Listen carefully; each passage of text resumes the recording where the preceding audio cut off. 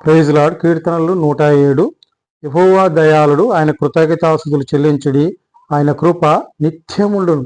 కాబట్టి యెహోవా దయాళుడు, ఆయన కృప నిత్యముండే కృప, ఆయన కృప నిరంతరం ఉండే కృప, ఆయన కృప ఎడతెగని కృప, ఆయన కృప ఆకాశం అంటే కృప, ఆయన కృప ఆకాశము కంటే మరి ఎత్తైన కృప, ఆయన కృప అమూల్యమైన కృప.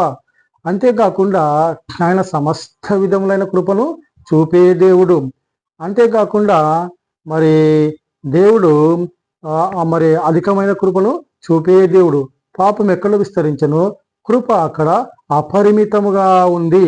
కాబట్టి ఆయన అపరిమితమైన కృపను బట్టి మనము ఏదైతే ఆయనకు వ్యతిరేకంగా మనలో ఉన్నాయో మరి వాటిని బట్టి మరి ఆయన అపరిమితమైన కృపను బట్టి అవన్నీ కూడా విడిచిపెట్టి మరి కృప ద్వారా మనము ముందుకు కొనసాగబద్ధులమై ఉన్నాం.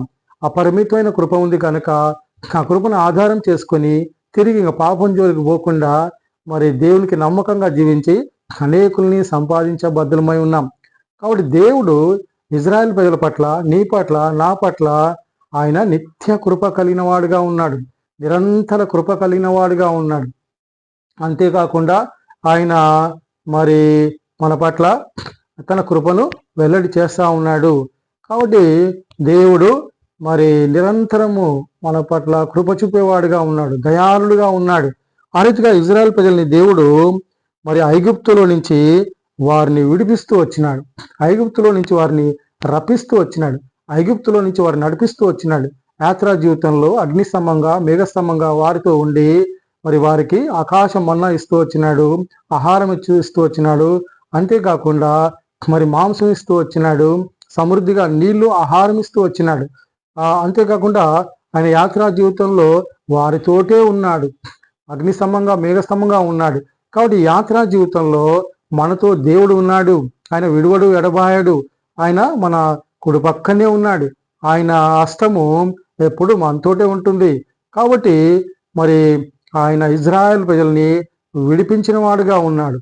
అంతేకాకుండా ఆయన ఇజ్రాయెల్ ప్రజల్ని రప్పించిన వాడుగా ఉన్నాడు, నడిపించిన వాడుగా ఉన్నాడు, బాగు చేసిన వాడుగా ఉన్నాడు, ఆశీర్వదించిన వాడుగా ఉన్నాడు.